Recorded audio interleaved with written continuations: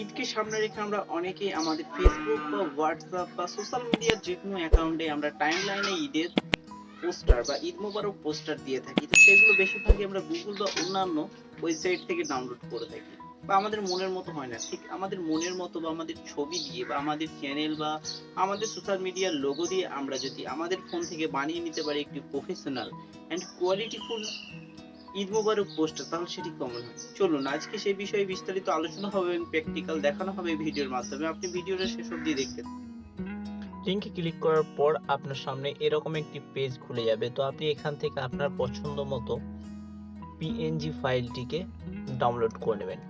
Download করার জন্য simply উপরে ট্যাপ করুন।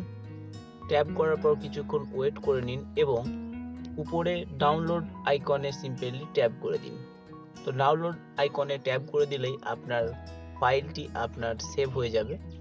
তো সেভ হয়ে গেলেই এখানে আমাদের ডাউনলোড বা সেভ হয়ে গেছে, এটা আমি ওপেন করে দেখে নিচ্ছি আমাদের সেভ হয়ে গেছে। তারপর আমাদেরকে যেটি করতে হবে,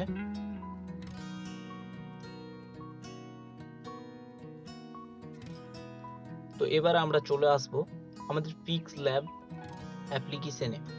তো Pixellab অ্যাপ্লিকেশনে চলে আসলেই আমাদের সামনে সিম্পলি Pixellab-এর যে আইকনটি আছে বা ইন্টারফেসটি আছে সেটি ওপেন হয়ে যাবে। তো ওপেন হয়ে গেলে এখানে আমাদেরকে ইনপুট করে দিতে হবে। প্লাস আইকনে ক্লিক করে ফ্রম গ্যালারি থেকে আমাদের যে PNG ফাইলটা ডাউনলোড করলাম সেটা, তো আমি এটা এখানে সেট করে দিচ্ছি। তো এটাকে আমরা ফুল পেজে বাড়িয়ে দেবো, ফুল পেজ এখানে আমরা করে নেব। তো এখানে আমাদের ফুল পেজে বাড়িয়ে নেব, এখানে আমরা বাড়িয়ে নিচ্ছি। তো বাড়িয়ে নেওয়ার পর এবার আমাদেরকে আমাদের কাঙ্ক্ষিত যে ফটোটা আছে সেটাকে আমাদের ইনপুট করতে হবে। তো ইনপুট করার জন্য আবারও প্লাস আইকনে ক্লিক করব এবং ফ্রম গ্যালারি থেকে আমরা আমাদের ফটোটাকে চুজ করে নেব।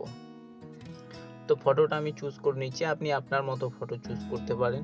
তো এখানে আমি এই ফটোটি চুজ করে নিচ্ছি এবং এটাকে আমরা এখানে নিয়ে আসবো এবং এদিক থেকে একটু টেনে এটাকে বড় করে নেব বা অ্যাডজাস্টমেন্ট করে নেব নিজেদের মতো করে। তারপর আমাদেরকে কি করতে হবে, এখানে লেয়ার অপশনে ক্লিক করে আমাদেরকে ছবিটাকে আমাদের নিচেই নিয়ে চলে আসতে হবে বা লেয়ারটিকে নিচেই নিয়ে চলে আসতে হবে। তো লেয়ার অপশনে ক্লিক করলে আমাদের দেখুন কিভাবে অ্যাডজাস্ট হয়ে গেছে। তো এবার চাইলে আমরা আমাদের এই যে ছবিটিকে নানান টাইম লাইনের মতো বা ফেসবুক হোয়াটসঅ্যাপের মতো আলাদা আলাদা জায়গায় সেই রকম হিসেবে আমরা সেভ করতে পারি। তো এখানে আমাদেরকে কি করতে হবে, রিসাইজ অপশনে ক্লিক করে আমরা এখানে আমাদের মতো কাস্টমাইজ সেটআপ বা আমাদের কাস্টমাইজ সাইজে আমরা কনভার্ট করে নেব।